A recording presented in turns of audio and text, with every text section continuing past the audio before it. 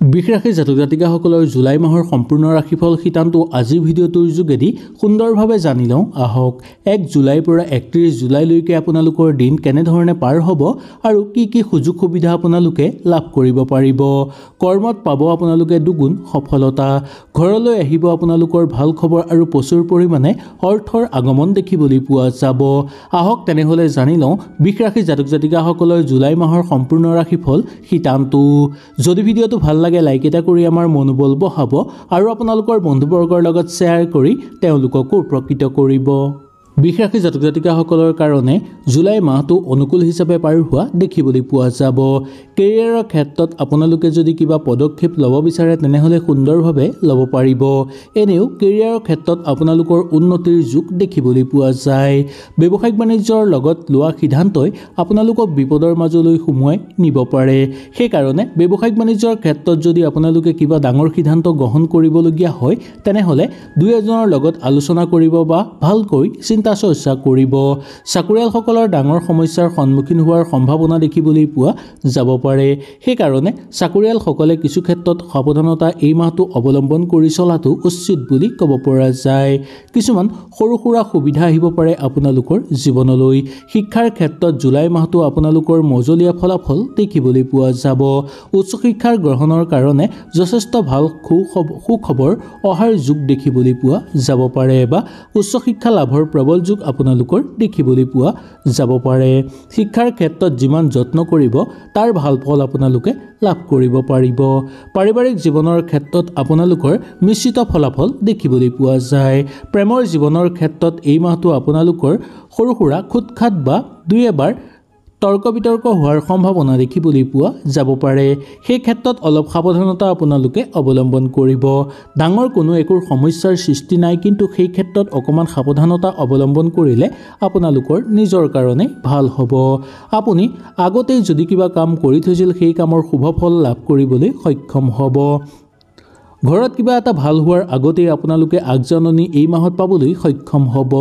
বৈবাহিক জীৱনত অনুকূল ফলাফল দেখিবলৈ পোৱা যায়। দাম্পত্যৰ ক্ষেত্ৰত আপোনালোকে অলপ সাৱধানতা অৱলম্বন কৰাটো উচিত, কাৰণ কোনো তৃতীয় পক্ষই যাতে দাম্পত্য জীৱনত কলহৰ সৃষ্টি কৰিব নোৱাৰে তাৰ প্ৰতি আপোনালোকে লক্ষ্য ৰাখিব লাগিব।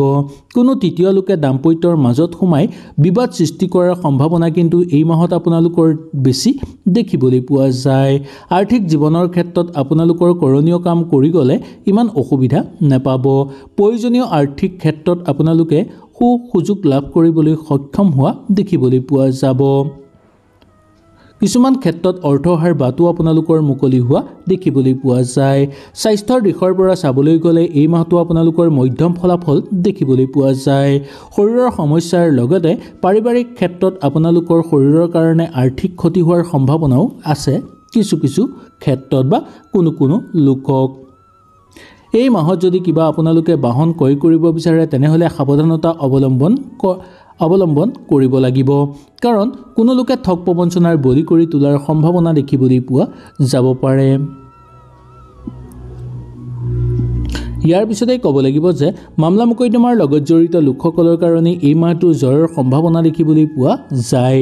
নতুনকৈ যদি কিবা কাম আপোনালোকে হাতত ল'ব বিচাৰে তেনেহ'লে এই মাহটো দুই এবাৰ ভালকৈ ভবা গুণা কৰাৰ পিছতহে সেই কামটো আপোনালোকে হাতত লোৱাটো উচিত বুলি ক'ব পৰা যায়।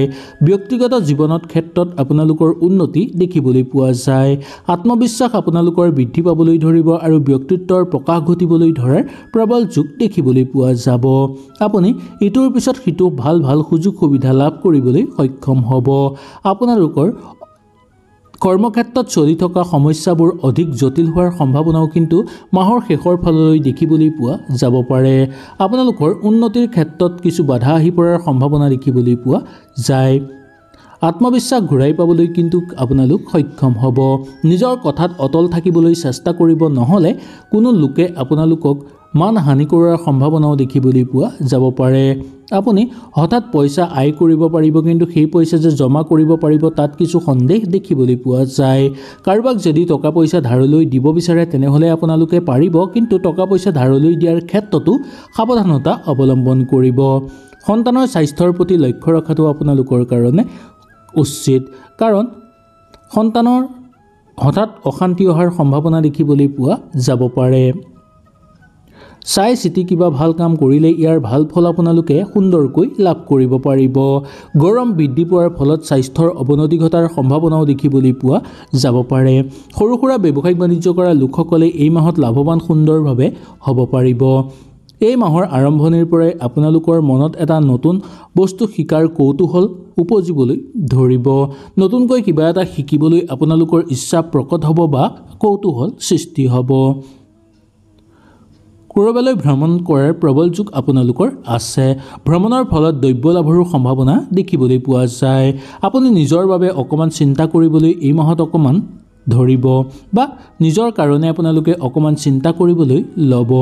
আপুনি কোনোবা ঘনিষ্ঠ বন্ধুবৰ্গৰ লগত আপোনালোকে থাকি আনন্দিত অনুভৱ কৰিব পৰাৰ প্ৰবল যোগ দেখিবলৈ পোৱা যায়।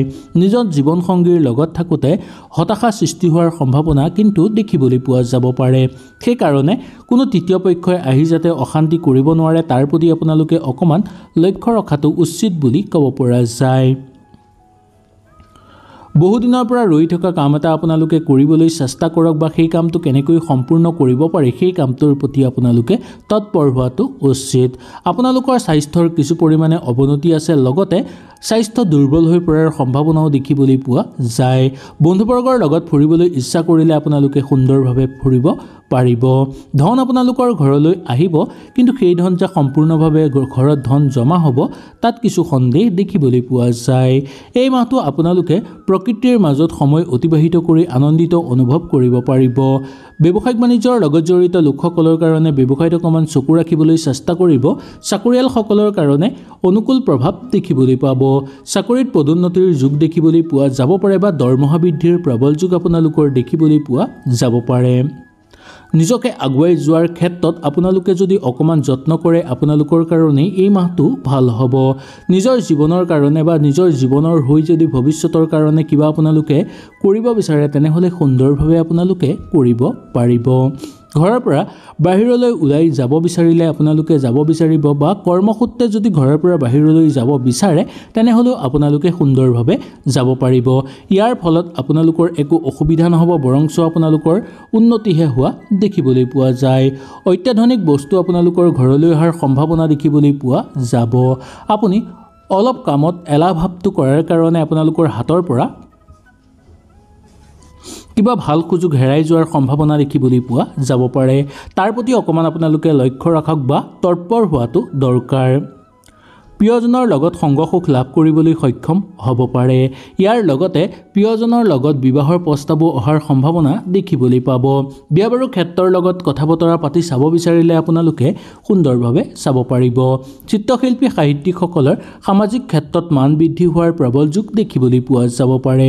কোনোবা ক্ষেত্ৰত যদি আপোনালোকে আগুৱাই যাব বিচাৰে যাব পাৰিব আৰু আনৰ পৰা সহায় সহযোগিতা লাভ কৰিব পাৰিব।